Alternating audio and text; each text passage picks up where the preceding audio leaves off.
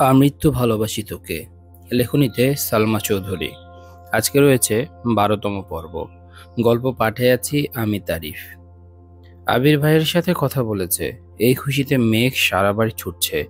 কে বলবে এই মেয়েটাই 1 সপ্তাহ রুম থেকে বের হয়নি, কারোর সাথে কথা পর্যন্ত বলেনি। আজ সে মিম আর আদিকে নিয়ে দুষ্টুমি খুনসুটিতে মগ্ন। মিম আর আদিও যেন আপুকে এভাবে পেয়ে বড্ড খুশি। হঠাৎ জান্নাত আপু বাড়িতে ঢুকলো। মেঘকে এত হাসি খুশি দেখে জান্নাত আপুও খুশি হলো। এই 1 সপ্তাহে জান্নাত আপু যতদিন এসেছে প্রতিদিনই মেঘ মনমরা হয়ে বসে থাকে। পড়া ধরলে পারলে বলে, না পারলে চুপ থাকে। আপু বুঝালেও সাড়া নেই। বুঝছে কি না তাও বলে না। জান্নাত আপু কম করে হলেও 20 বার জিজ্ঞেস করে, মেঘ তোমার কি হয়েছে বলো। মেঘ কিছুই বলে না। এতে জান্নাত আপু চিন্তিত ছিল। উনি নিজে থেকেই অনেক বুঝিয়েছেন রেজাল্ট নিয়ে যেন চিন্তা না করে, অ্যাডমিশন টেস্ট নিয়ে যেন না ভাবে। কিন্তু মেঘ এসবে কোনো সাড়া দেয়নি। তাই আজ মেঘকে খুশি দেখে জান্নাত আপুর মুখে সহসা হাসি ফুটে উঠেছে। জান্নাত আপু ডাকলো, মেঘ। সোফায় বসা মেঘ পিছনে ফিরে তাকিয়ে জান্নাত আপুকে দেখে ছুটে আসে। মেঘ বলল, আপু কেমন আছো? জান্নাত, আলহামদুলিল্লাহ ভালো। তুমি কেমন আছো? মেঘ বলল, আলহামদুলিল্লাহ ভালো। আপু তুমি একটু বসো, আমি রুম থেকে বই খাতা নিয়ে আসছি। বলেই সিঁড়ি দিয়ে ছুটছে রুমের দিকে। জান্নাত হাস্যোজ্জ্বল মুখে তাকিয়ে আছে মেঘের দিকে। সত্যি বলতে ছটপটে স্বভাবের মেয়েরা হঠাৎ শান্ত হয়ে গেলে সবার নজরে পড়ে যায়। মেঘের ক্ষেত্রেও তেমনটাই হয়েছে। জান্নাত আপুর পড়ার মেঘের সম্পূর্ণ মনোযোগ আছে আজ। পড়ানোর আগে সব বুঝে ফেলছে। জান্নাত আপু পড়িয়ে যাওয়ার পর আরও 1-2 ঘন্টা মিম আর আদির সাথে আড্ডা দিয়েছে মেঘ। নিজেও পড়ছে না, ওদেরকেও পড়তে দিচ্ছে না। এতে অবশ্য মা কাকিয়া কিছুই বলছে না। মেয়েটা যে হাসি খুশি আছে এতেই সবার ভালো লাগছে। মোজাম্মেল খান এবং আলী আহমদ খান বাসায় ফিরেছেন কিছুক্ষণ আগে। ফ্রেশ হয়ে খেতে বসেছেন। মেঘও আজ সবার সাথে খেতে বসেছে। আবির ভাইয়ের চেয়ারের দিকে তাকিয়ে মুচকি হাসল। মনে মনে বলল, মিস ইউ আবির ভাই। আলী আহমদ খান মেঘকে জিজ্ঞেস করলেন, মেয়েটা ভালো পড়াচ্ছে তো আম্মু? মেঘ হাসি মুখে উত্তর দিল, আপু অনেক ভালো পড়ায় বড় আব্বু। কোনো সমস্যা হলে জানায়ও। স্বাভাবিকভাবে কথাটা বললেন আলী আহমদ খান। মেঘও শান্ত স্বরে বলল, ঠিক আছে বড় আব্বু। মেঘ রুমে এসে শুয়ে পড়েছে। আজ পড়তে একটুও ইচ্ছে করছে না। আবির ভাইয়ের সাথে কথা বলার খুশি সাথে এটা অনুভব করছে সে আবির ভাইকে ভালোবেসে ফেলেছে। এসব ভেবেই মেঘের ওষ্ঠ ছড়িয়ে আছে। সহসা ডাটা অন করে আবির ভাইয়ের আইডিতে ঢোকে। সেদিন রাগ করে ছবি ডিলিট করার পর আর ছবিগুলো ডাউনলোড করেনি। আজ আবার ইচ্ছে হলো ছবিগুলো সেভ করার।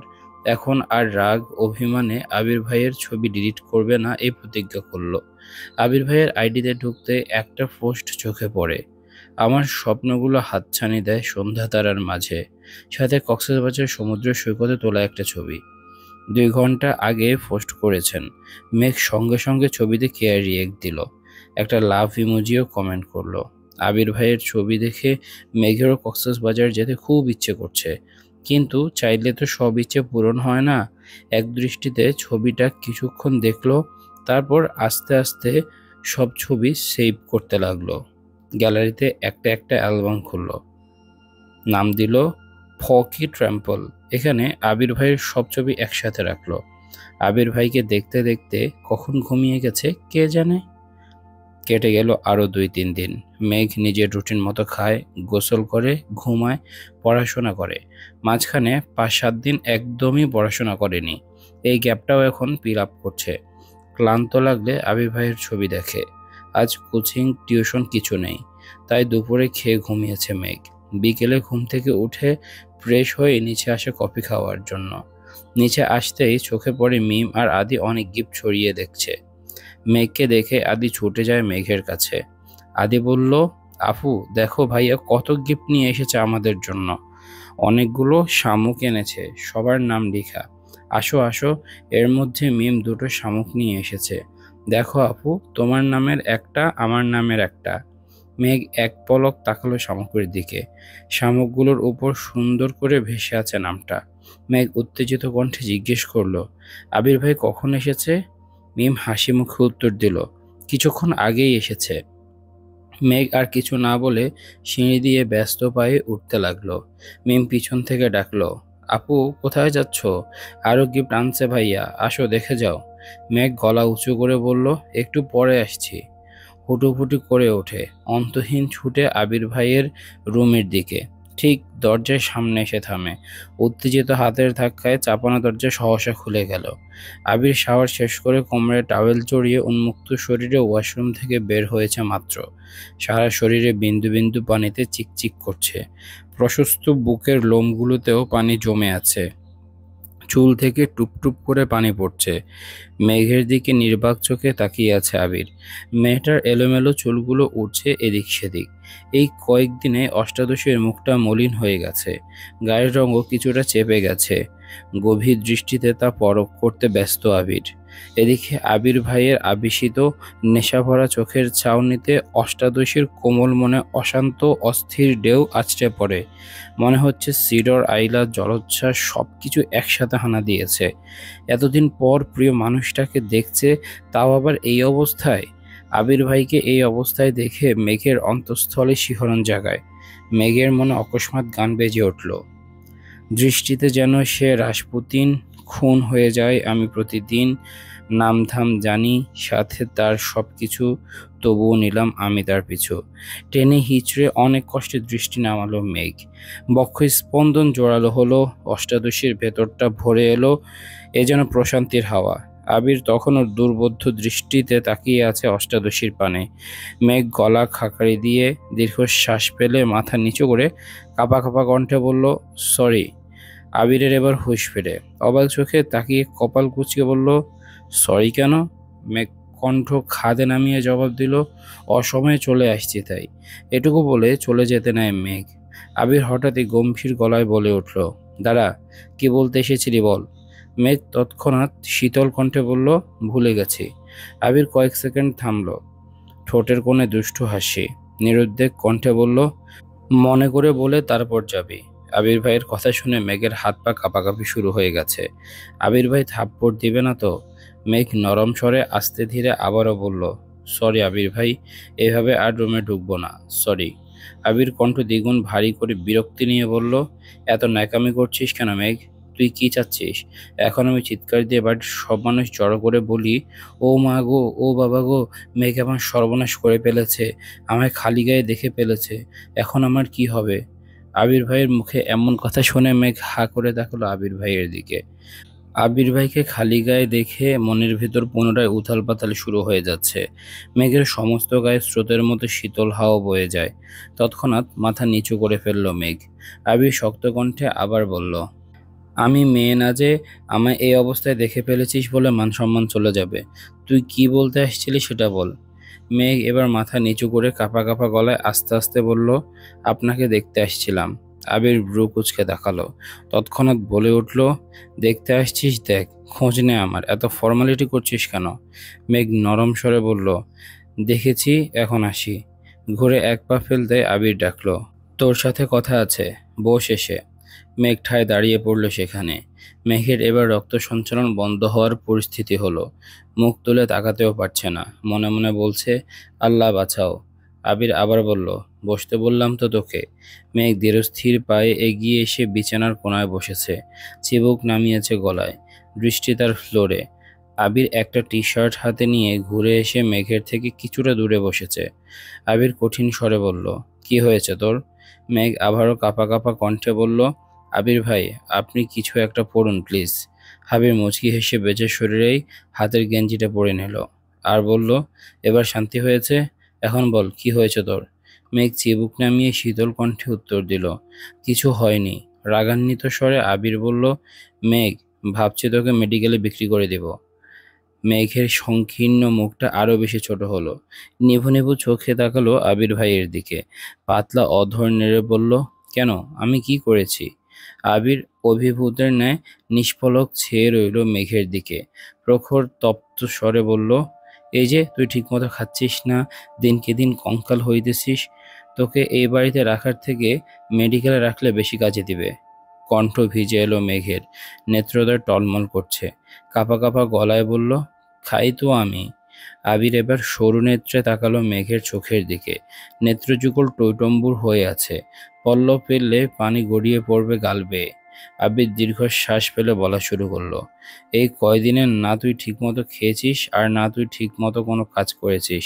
খাওয়া আর ঘুম যে ঠিকমতো করিসনি তা তোকে দেখলেই বোঝা যায়। চুলগুলো কতদিন আছড়াস না আল্লাহ জানে।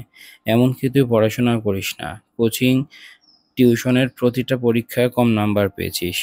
একটু থেমে রাগে কটমট করে বলল, তুই কি পড়াশোনা করতে চাচ্ছিস না?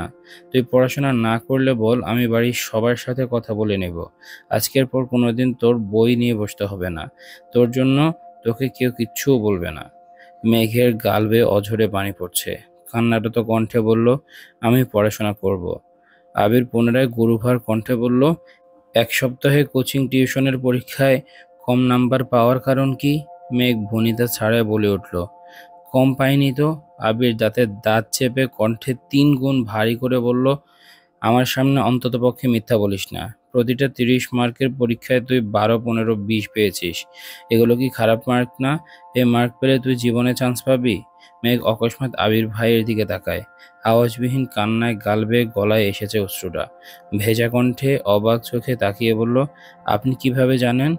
আবির উদ্বেলিত ভঙ্গিতে তাকিয়ে আছে অষ্টাদশীর পানে।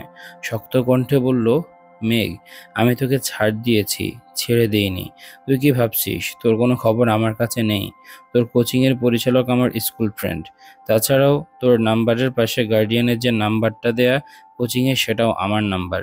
তুই পরীক্ষায় কত পাস, তোর কবে কি পরীক্ষা, সব মেসেজ যেমন তোর কাছে যায় তেমনি আমার কাছেও আসে। তোর টিউশনের স্যারও আমার পরিচিত। তুই যেদিকে পা দিবি সবটাই আমার দখলে। তাই মিথ্যা বলা, কোনো কিছু লুকানোর চেষ্টা কখনো করিস না। মেঘ আহাম্মকের মতো তাকিয়ে কথাগুলো শুনল। দুরু দুরু বুক কাঁপছে। উদ্গ্রীব চোখ দুটো লম্বা ছড়া মানুষটার মুখের দিকে। কান্না থেমে গেছে, গালে পানির দাগ স্পষ্ট। উদ্বেগহীন চাউনি আবির ভাইয়ের। কয়েক মুহূর্ত চোখাচোখি হলো দুজনের। শেষমেশ আবির ভাই দৃষ্টি ফেরালো। মেঘ আর কিছু বলার ভাষা খুঁজে পাচ্ছে না। চুপচাপ পা বাড়ায় দরজার দিকে। আবির সহসা ডাকে, দাঁড়া। মেঘের পা কাঁপছে। আবির হাতে একটা শপিং ব্যাগ নিয়ে এগিয়ে আসলো মেঘের কাছে। আবির ভাই কাছাকাছি আসতেই নাকে লাগলো চিরচেনা পরিচিত গতরের গন্ধ। মাত্র শাওয়ার নেওয়ায় সে গন্ধটা যেন অন্যরকম সুন্দর লাগছিল। আবির শপিং ব্যাগ এগিয়ে দিল মেঘের দিকে আর বলল, এগুলো তোর। আর আজকের পর পরীক্ষা, পড়াশোনা, নিজের যত্নে একটুখানি ত্রুটি যদি আমি দেখি তাহলে আর মুখে কিছু বলবো না। যা এখন। আবির ভাইয়ের ঠান্ডা হুমকিতে কম্পিত হলো অষ্টাদশীর দেহ। আঙ্গুল শুদ্ধ কাঁপছে। কাপা হাতে শপিং ব্যাগ নিয়ে ছুটে পালালো রুম থেকে। নিজের রুমের দরজা ঠেলে ভিতরে ঢুকলো।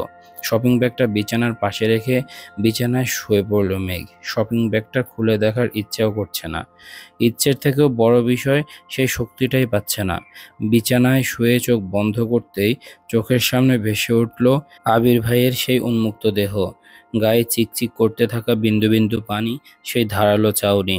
অষ্টাদশীর হৃদয়ে লাগছে বসন্তের হাওয়া।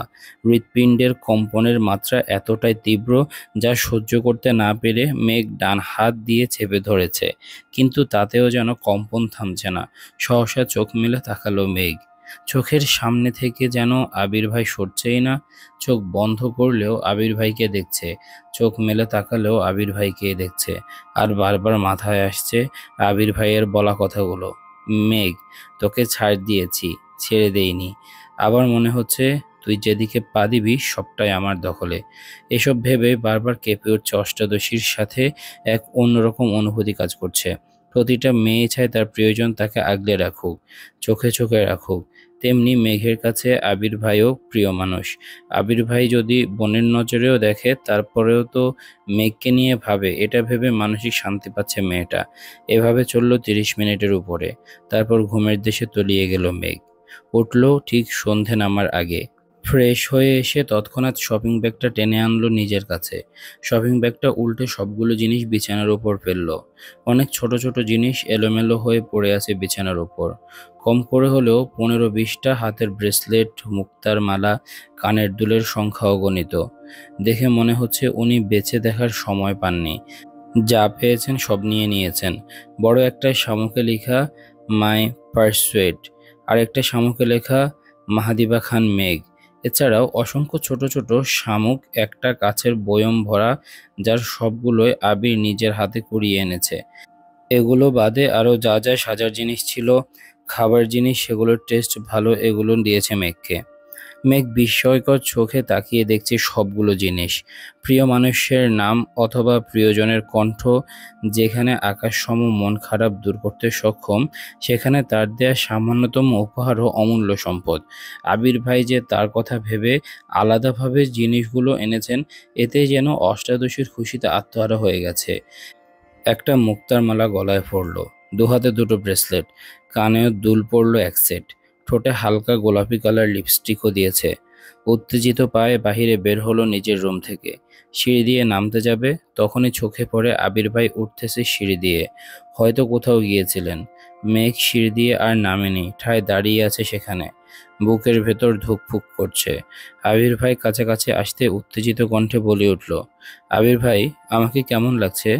আবির সিঁড়ি থেকে চোখ তুলে মেঘের দিকে তাকালো। কয়েক সেকেন্ড পর চোখ নামিয়ে বলল, ভালো। এমন ভাবেলাসীন উত্তরে মেঘের উত্তেজনা মিলিয়ে গেছে। মলিন হয়ে গেল মুখটা, তবুও কিছুটা স্বাভাবিক স্বরে বলল, থ্যাংক ইউ আবির ভাই। আবির নিজের মতো রুমের দিকে চলে যায়। মেঘ কিছুক্ষণ এখানে দাঁড়িয়ে থাকে আর মনে মনে বলে, সুন্দর লাগছে বললে কি আপনার জাত চলে যেত? হিটলার একটা। এই ছিল আজকের পর্ব। কেমন লেগেছে তোমাদের কমেন্ট করে জানিয়ে দিবে অবশ্যই। দেখা হচ্ছে পরের পর্বে। ততক্ষণ পর্যন্ত সবাই ভালো থাকো, সুস্থ থাকো। আজকের মতো আমি তারিফ এখানে বিদায় নিচ্ছি। আল্লাহ হাফেজ।